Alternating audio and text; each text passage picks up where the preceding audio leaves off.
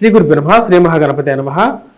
వృషభ రాశి వారికి గురు పౌర్ణిమ శుభాకాంక్షలు. గురు పౌర్ణిమ 21వ తారీఖు నుండి రాబోతున్నటువంటి 4వ తారీఖు ఆగస్టు వరకు చంద్రమాను అనుసరించి గోచర రీత్యా ఈ వారం ఈ యొక్క 2 వారాలు ఎలా ఉండబోతుందని చూద్దాం. 15 రోజుల కాలం పక్షకాలం అంటారు.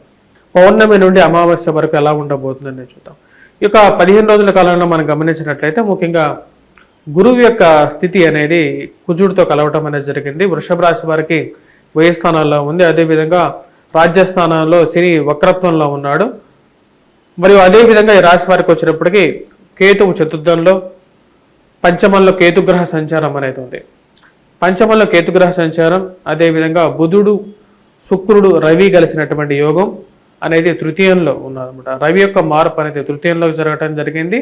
శుక్రుడితో కలవటం 31వ తారీఖున శుక్రుడి యొక్క మార్పు అనేది జరుగుతుంది. మరి అదేవిధంగా ఈ రాశి వారికి వచ్చినప్పటికీ రాహు వచ్చినప్పటికీ లాభస్థానంలో, యోగకారకమైనటువంటి స్థానాల్లో, పంచమంలో వచ్చినప్పటికీ కేతువు ఉన్నాడు అన్నమాట. ఇటువంటి గ్రహస్థితి వచ్చినప్పటికీ వృషభ రాశి వారికి ఎలా ఉండబోతుందని చూద్దాం. వృషభ రాశి మనం గమనించినట్లయితే ఈ రాశి వారికి గురువు యొక్క స్థితి అనేది జన్మరాశిలో గురువు ఉన్నాడు. జన్మరాశిలోకి వచ్చినప్పటికీ కుజుడు ఉన్నాడు అన్నమాట. కుజుడు గురువు ఎప్పుడైతే జన్మరాశిలో కలిసి ఉంటాడో కొంచెం అనుకూలమైనటువంటి ఫలితాల కన్నా వ్యతిరేకమైనటువంటి ఫలితాలు కూడా వస్తాయి. కానీ ఈ రాశి వారికి వచ్చినప్పటికీ లాభస్థానంలో రాహు వచ్చినప్పటికీ యోగకారకమైనటువంటి స్థానంలో ఉండటం అనేది అనుకూలమైనటువంటి ఫలితాలు ఎక్కువగా ఇస్తుంది. అదేవిధంగా తృతీయంలో ఉన్నటువంటి శుక్రుడు, రవి వచ్చినప్పటికీ యోగకారకులు అన్నమాట.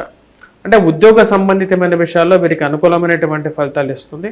ఉద్యోగ ప్రయత్నాలతో పాటు దూర ప్రాంత ప్రయాణాలు జరగటం అనేది అనుకూలించేటువంటి ఒక ఆస్కారంగా గోచరిస్తున్నది. రాబోతున్నటువంటి 15 రోజులు ఈ రాశి వారికి అనుకూలంగా ఉండే విధంగా ఉంది.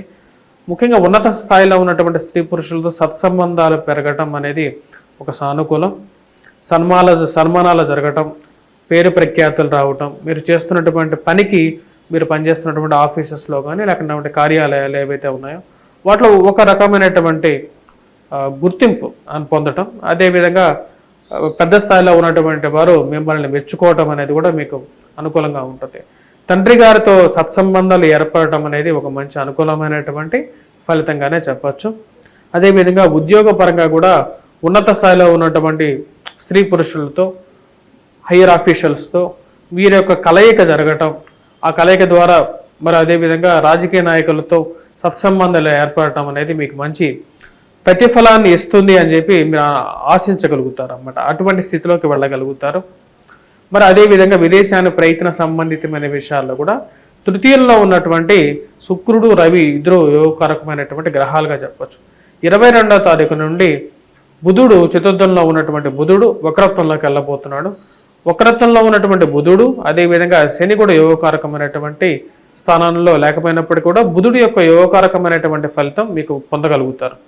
ఈ రాశి వారికి వచ్చేటప్పటికి ఉద్యోగ ప్రయత్న సంబంధితమైన విషయాలు అనుకూలంగా ఉంటుంది. నూతన వ్యాపార ప్రయత్నాల్లో కూడా సానుకూలమైనటువంటి ఫలితాలు పొందగలుగుతారు.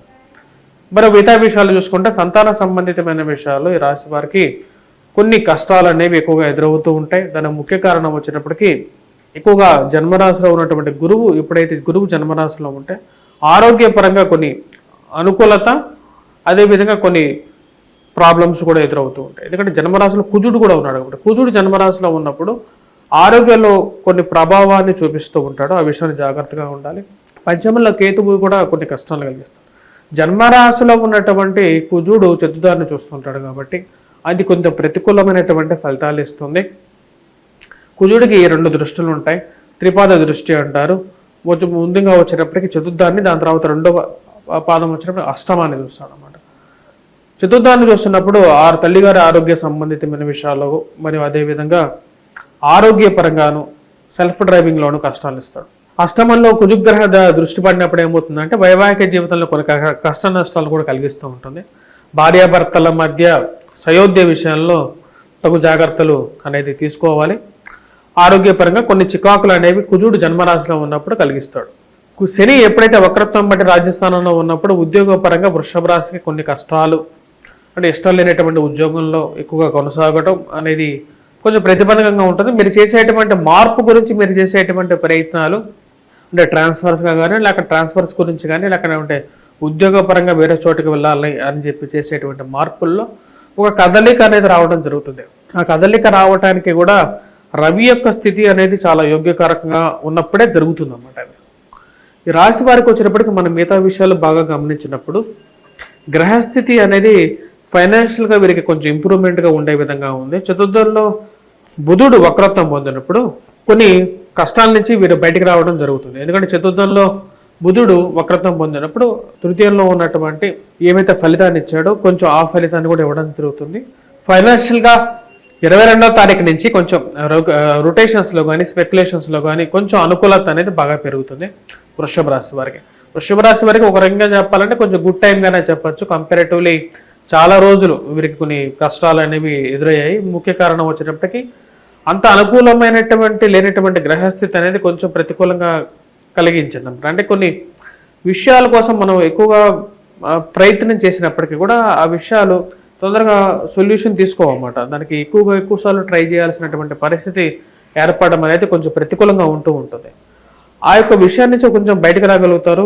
ఈ యొక్క రాబోతున్నటువంటి ఇక 15 రోజుల్లో కొంచెం అనుకూలత అనేది మీ సైడ్ టర్న్ అవటానికి రవి యొక్క స్థితి అనేది బాగా యోగ్యకారకంగా ఉంది. రవి యొక్క స్థితి బాగున్నప్పుడు ప్రతికూలమైనటువంటి ఫలితాలు కూడా అనుకూలంగా మారుతాయి.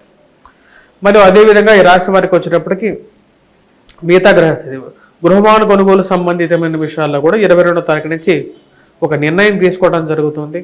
తండ్రి గారితో సత్సంబంధాలు అనేది మీకు కొంచెం అనుకూలమైనటువంటి ఫలితాలు కూడా ఇవ్వగలుగుతుంది. మరి అదేవిధంగా సంతాన సంబంధితమైన విషయాల్లో ఒక పాజిటివ్నెస్ అనేది ఉంటుంది. ఈ రాశి వారికి వచ్చేటప్పటికి రాబోతున్నటువంటి గురు పౌర్ణిమ ఏదైతే 21వ తారీఖు రాబోతుంది కదా, గురువు అనుకూలత లేకపోతే ఎటువంటి ఫలితాలు వస్తాయో మేము ఆల్రెడీ ఒక వీడియో చేయడం జరిగింది. ఆ వీడియో కూడా చూడండి. మీరు గురుగ్రహ మంత్ర జపం చేసుకోండి. ఎందుకంటే జన్మరాశిలో గురుగ్రహ సంచారం జరుగుతున్నప్పుడు అంత అనుకూలమైనటువంటి ఫలితాలు ఉండదు.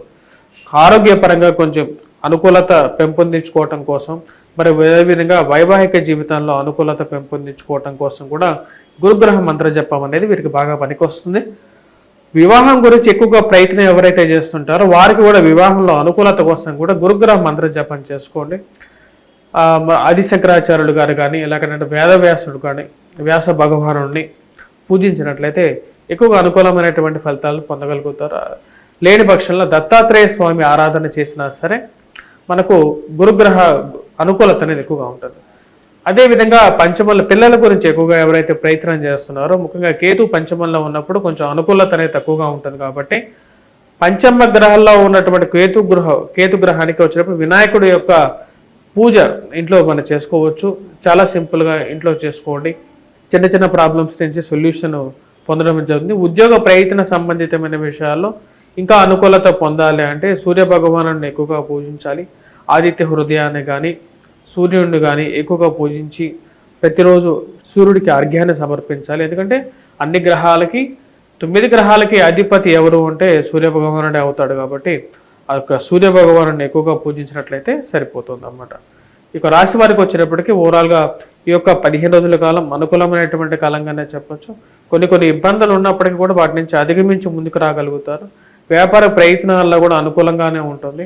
రవి యొక్క అనుకూలత వల్ల వచ్చినప్పటికీ కొత్త ఆపర్చునిటీస్ అనేది పొందడంలో అనుకూలత అనేది పొందడం అనేది జరుగుతుంది.